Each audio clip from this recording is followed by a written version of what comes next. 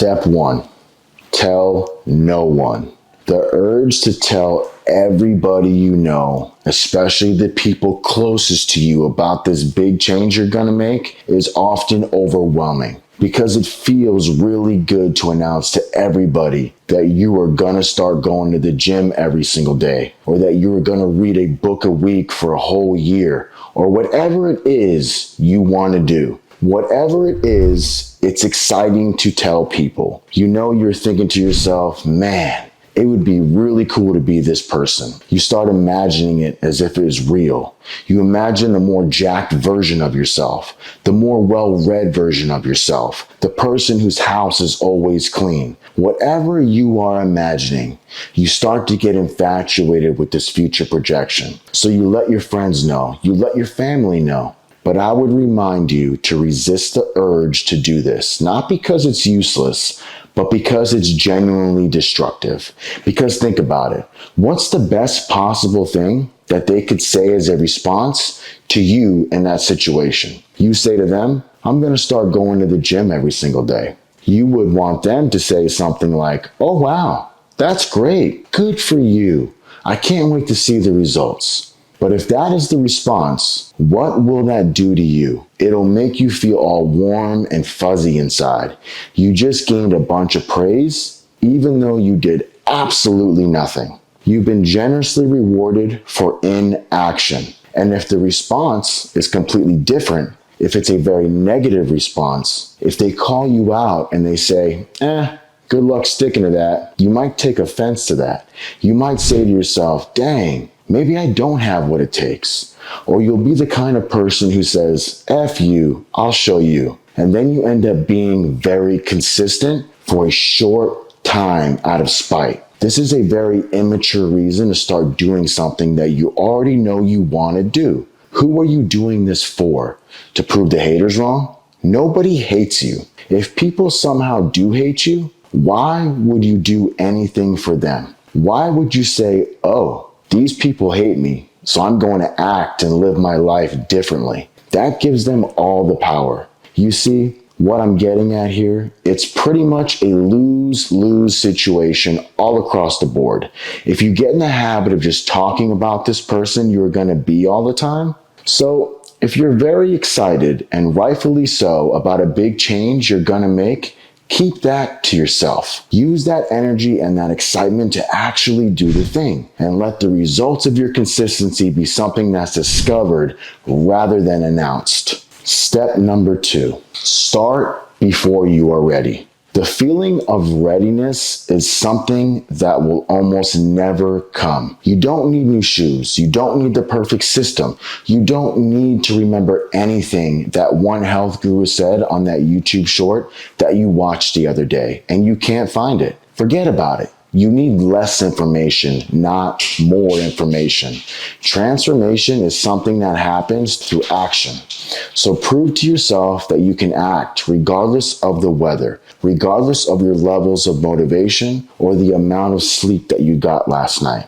All of these things are helpful, but they are not requirements. You can do the thing anyways. You've always been able to. Do it now and figure out the details along the way. Step number 3, don't hide.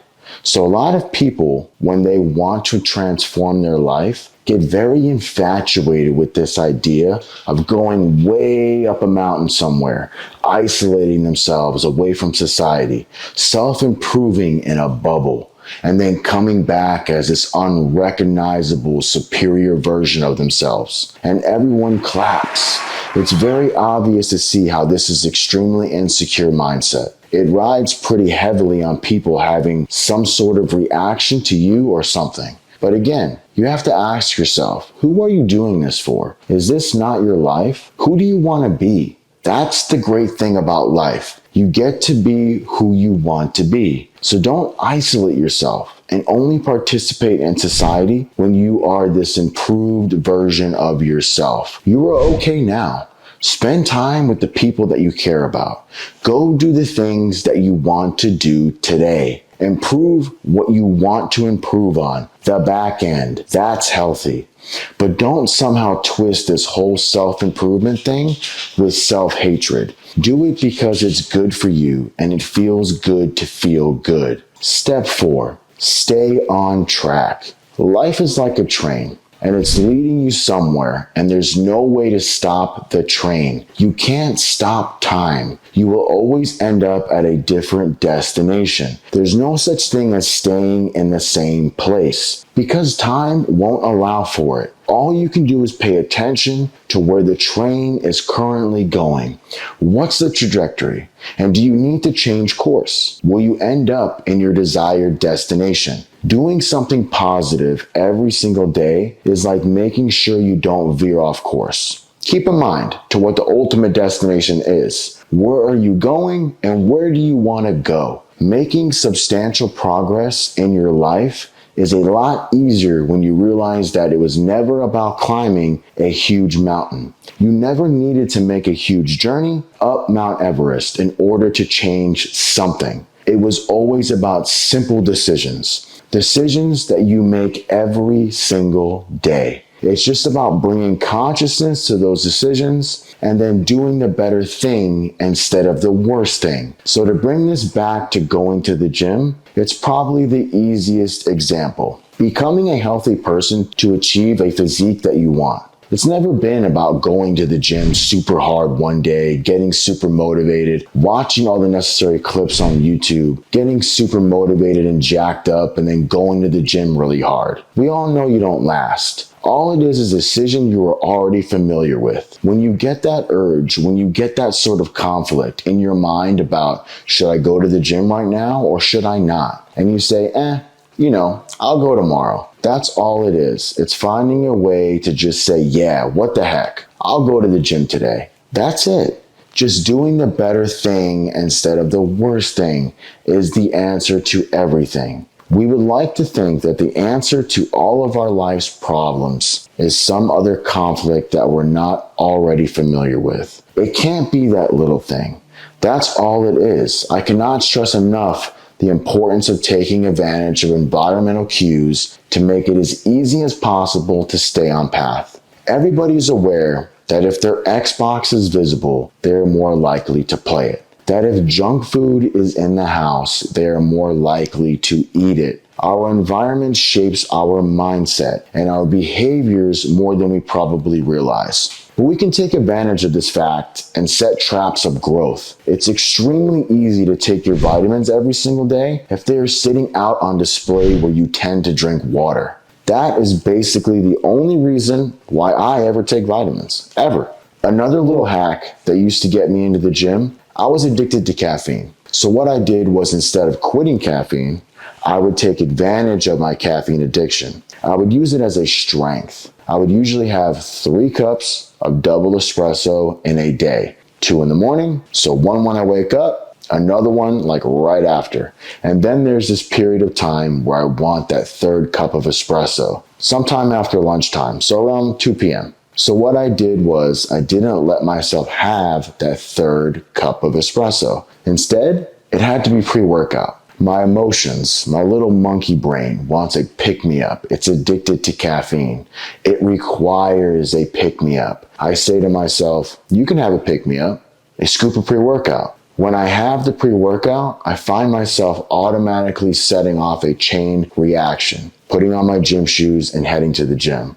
Fast forward now, I don't have any 3rd cup or any pre-workout for the gym at all. It's been 2+ years now. Work with what you've got. Survey your life and all the little weird tendencies that you have and all of your insanities and use it to your advantage. Hack your environment and your behavior and your current lifestyle to work for you. Make it as easy as possible to do what's good for you and what you want to do, and as difficult and strenuous and kind of inconvenient as possible to do what's bad for you. Like the video also. Step number 6, do it your way. I don't know what you're going through. I don't know the reasons why you would want to get your life together, but nothing is more powerful than your own reasons for doing this. Ask yourself, how do you want to live this life? Who is the person that you want to be? And in what ways do you tend to fail achieving that? How can you course correct? The answers to these personal questions are by far the biggest motivator that will help you stay on track. Figure out a way that works for you. Figure out a way that complements your little insanities that you have. Find a way to work with your weird procrastination habits, your strange, intrusive thoughts, your freakish brain that you might have. Honestly, who cares? You know what you're like. You know how you tend to fail. So work with yourself and do it your way. You don't need an aha moment. You just need to see the truth. Become conscious, which leads directly into step number 7, which is pay attention. Once you've been on the path for a while, pay attention to how you feel. Notice how much better it feels to live in a reality where you've consistently been who you want to be. Doing what's good for you more often, more frequently, literally feels better right here, right now. This feeling is why it's worth it. It feels better to be alive, knowing that you are on the righteous path rather than on the path to destruction. Like the trains I was talking about, it feels good knowing that you are on the right track. Your existence feels better. So pay attention to that feeling. When you realize just how much better you feel now, it'll become obvious that white knuckle tactics and little tips and tricks and mental hacks to stay on track become completely obsolete. You don't need that stuff anymore because it's so obviously better that you wouldn't want to go back. People who conquer addictions for their whole life really understand this feeling. It's not like they're sitting there free from the shackles of their addiction, feeling deprived and super pent up and angry that they can't go back. They realize that it feels better to be free. They don't need to do that anymore. So that's the type of truth I'm talking about. When you've been on the righteous path for a while, then the benefits of transcending mediocrity are no longer this distant hypothetical that you have to think about and conjure. The benefits become inarguable. They become your overwhelming reality that you enjoy in the present moment. That's when you know that things have clicked. Step 8, rejoice. Take time to reflect and be grateful that you are on this righteous path. Now, this might sound like a waste of time or very woo-woo extra crunchy granola, but it is very important because what a lot of people tend to do, they are starting to actually live the life that they want to live and they start feeling really good. And then this little voice creeps in, a voice of regret, of bitterness for not starting earlier. You know, for all this wasted time, we all do it. Things like, I wasted so much time. I'm so old now. Why didn't I start doing this when I was way younger? Stay on top of this little voice. It is absolutely useless and destructive. Because the truth is, there could have been a million reasons why you didn't start exactly when you did, but you were on the right path, right? You are in the best possible reality that you can be in this moment. All of that failed mindsets and white knuckle tactics that you had to try out led you to this moment, the moment that worked. So rejoice and be grateful that you got here because not everybody does.